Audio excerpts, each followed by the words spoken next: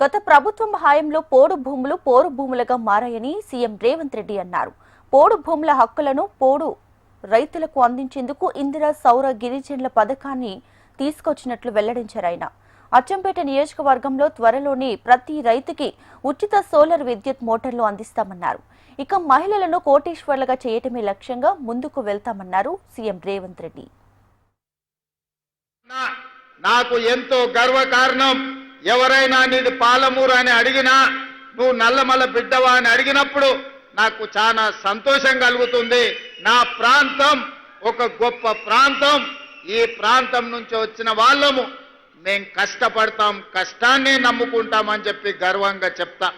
పాలమూరు జిల్లా అంటే ఒకనాడు తట్ట పని, పార పని, మట్టి పని, ఎక్కడికైనా ముంబై అయినా పూనా అయినా ఎక్కడైనా వలస పోవాలంటే, ఎక్కడ ప్రాజెక్టులు కట్టాలన్నా, ఎక్కడ తట్ట పని, పార పని, మట్టి పని ఉందంటే పాలమూరు నుంచే పిలిచేవాళ్ళు.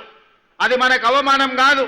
పాలమూరు జిల్లా ప్రజలు కట్టిన ప్రాజెక్టులు ఈ దేశం నలుమూలల ఈనాడు సాగునీరును అందిస్తున్నాయంటే మన రక్తాన్ని చెమటగా మార్చి ఈ మట్టి పని చేయబట్టి ఈ ప్రాజెక్టులు పూర్తయి ఈ దేశం ఇవాళ సస్యశ్యామలంగా మారింది. ఇవాళ ఈరోజు ఏర్పాటు చేసుకున్న కార్యక్రమం 29 మంది గిరిజన కుటుంబాలు 45 ఎకరాలలో ఆనాడు ఈ భూముల్లో వాళ్ళు దున్నుకుంటే ఈ పోడు భూములు పోరు భూములుగా మారినాయి. ఆనాడు ఈ పోరు భూముల్లో పోరాటం చేసిన గిరిజనులను బేడీలు వేసి జైలుకు పంపించిన చరిత్ర గత ప్రభుత్వానిదైతే, ఈనాడు అదే భూముల్లో సోలార్ పవర్ ప్లాంట్లు పెట్టి వాళ్లకు మంచి తోటలు పెట్టి మంచి పంటలు పండే ఫలాలను ఇచ్చే భూములుగా మార్చి ఈ రోజు ఆ గిరిజనులు ఆత్మగౌరవంతో బ్రతికే విధంగా ఇందిరా సౌర గిరి జల విధానాన్ని ఈ రోజు ప్రవేశపెట్టడం జరిగింది. ఈ రోజు ఈ అచ్చంపేట ప్రాంతంలో మా వంశీకృష్ణ గారి విజ్ఞప్తి మేరకు ఎన్ని మోటార్లు ఉన్నాయో మొత్తం నియోజకవర్గంలో అందరి రైతులకు ఉచితంగా సోలార్ విద్యుత్ పంపు సెట్లు ఇచ్చి ఈ వేదిక మీద నుంచి తెలంగాణ ప్రజలందరికీ నేను ఒక విజ్ఞప్తి చేయదలుచుకున్నా. నా సొంత ప్రాంతం అచ్చంపేట ప్రాంతం.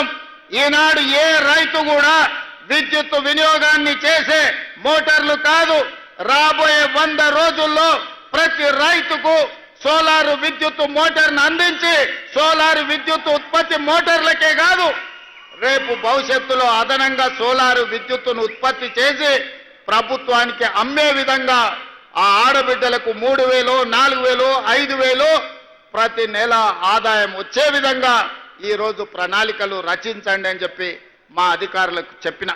నేను ఒకటే చెప్పిన మా మంత్రివర్గ సహచరులకు, మా అధికారులకు, రాబోయే రోజుల్లో 2029 లోపల 1 కోటి మంది ఆడబిడ్డల్ని కోటీశ్వరులుగా చేసే విధంగా లక్ష్యం పెట్టుకోండి. ఆ దిశగా పనిచేద్దాం. ఆడబిడ్డ చేతిలో రూపాయి ఉంటే వాళ్ళ పిల్లలకు ఉపయోగపడుతుంది, వాళ్ళ కుటుంబం బాగుపడుతుంది. ఒక్క ఆడబిడ్డ ఆర్థికంగా నిలబడితే కుటుంబాన్ని మొత్తం నిలబెడుతుంది. అదే 1 కోటి మంది ఆడబిడ్డలు ఆర్థికంగా నిలబడితే తెలంగాణ రాష్ట్రం ప్రపంచానికి ఆదర్శంగా మారి అత్యధిక ధనిక రాష్ట్రంగా తెలంగాణ రాష్ట్రాన్ని మన ఆడబిడ్డలు తీర్చిదిద్దడానికి అవకాశం ఉన్నది. అందుకే ఇవాళ ఆడబిడ్డల్ని ఆర్థికంగా నిలబెట్టాలన్న ఆలోచనతోటి అన్ని ప్రణాళికలు చేస్తూ మనం ముందుకు వెళ్తున్నాం.